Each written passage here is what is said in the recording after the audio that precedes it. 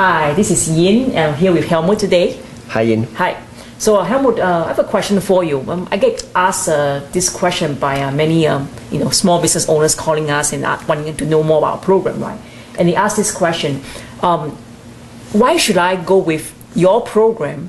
Costing this kind of money when I can find other programs out there that are cheaper? Well, maybe a bad answer might be, well, there are Mercedeses and there are Hondas, but that's maybe not a good answer. Well, first of all, when people ask me that also too a lot, especially in the past when I was doing selling myself, which I don't do so often anymore now. But one of the answers I say, look, if you had a program, you talk to people a program which is, so to say, so much cheaper and good in price, and if it made sense, why didn't you buy it? I mean, people should buy it. Again, it's like it boils back to the people who want millions of references and who want this and who want that and who want that, and they want guarantee on top of the guarantee, and they don't know whether we will deliver the guarantee because what about if, well, you keep working till we reach the goal, what about if we never reach it? They come up with millions of reasons why. Well, they're not ready to buy. Not for nothing, I think it was Buddha who said that, or maybe it was Gandhi, it was one of those Indian gurus who says, the teacher will appear when the student is ready. All right. For those people, there's no teacher there yet, maybe. So that's what I tell them. Why didn't you go for it? And of course, like with many other things in life we buy, the purchasing price sometimes may be expensive, but the overall cost of the price might be very, very inexpensive and much cheaper than the cheap program.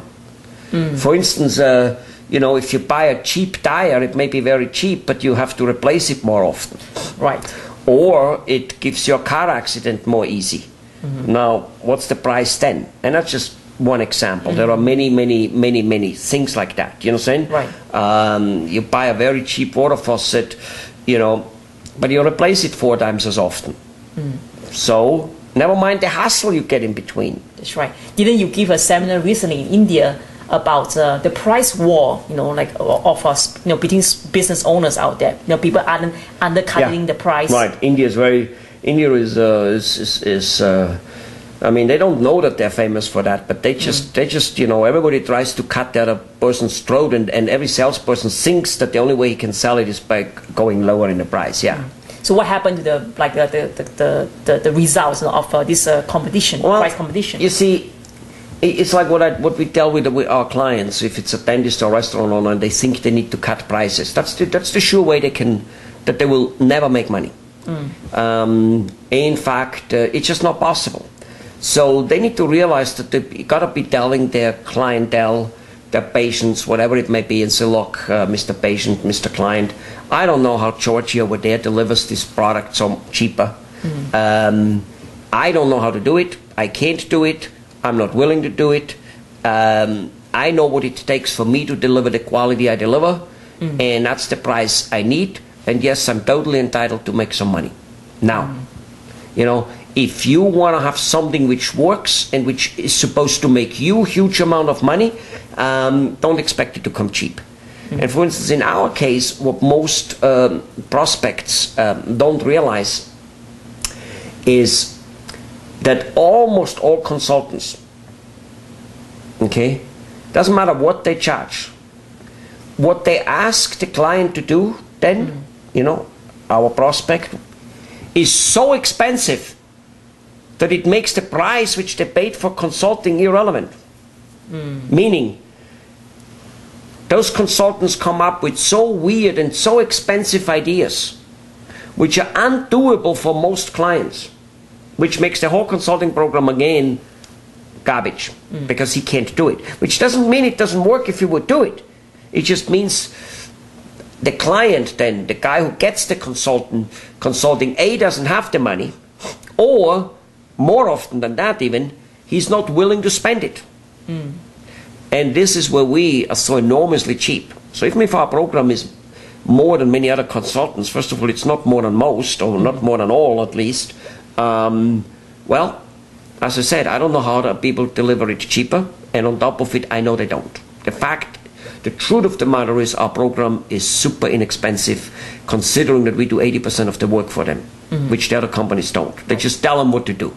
And then the guy does it or doesn't do it. And they wash their hands in saying on it. So anyway, what it costs is what it costs. And that's just all there's to it. And I think you bring up a very good point about how, people use price as a comparison, right? But I do know that, in the end, you do get what you pay for in the end, right? And anything that's about increasing business and about helping a business to grow, right? It doesn't come cheap. It's not cheap. No. Well, personally, I don't necessarily think that in all cases you do get what you pay for. Like, for instance, in our cases, I think you get a lot more than you pay for. Well, and here's the thing. One area where we are very inflexible with what it costs is what it costs. But we are quite flexible, after all, with payment arrangements. We allow that type of stuff, and that alone is worth lots of things. It's like with a house and a car. Most of us could not ever afford one if there wouldn't be banks lending us money for it in some type of affordable payment arrangement. And we do similar things. If a business owner doesn't have the money we charge, he's super sick on an economical level, super sick, and 95% of the time that's not the case. 95% it's the unwillingness to spend money for that type of stuff. That's just all there's to it. Well, I think the unwillingness can be very costly just in itself. Oh, it's super costly. Because I think there's this saying, right? If you think education is expensive, try ignorance. Right. Just same like if you think healthcare and staying healthy and doing preventive healthcare is expensive, try to get sick. See how expensive that is. Never mind how uncomfortable it is. That's right. You see, and living a lifelong with lost dreams, with thinking, my God, I have a business and I could be big. I should be big.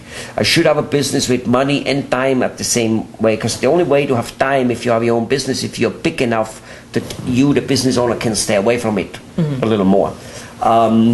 To run around with that failed purpose, with that failed feeling of I'm not making it, and continue to suffer, that's the miserable thing. Right. That's what, and that's when then people get grouchy and they get annoyed with life and annoyed with their spouses, and that's when they feel like they're in a dead-end job, literally, even though they own a business, and that's when they start saying, well, I'm too late, I was too late for the business, I went too wrong, this and this. No, let me tell you, he just wasn't willing to move it, right, and to do the things that needs to be done. He kind of basically expected to be with one skill, being a good restaurant owner, a good mechanic, a good dentist, to make it, and then say, well, I learned enough, I don't want to spend money on that. Basically, it's not honoring, it's not valuing the knowledge of business running and marketing, and thinking, well, that's all common sense. I don't need to have to spend money for that.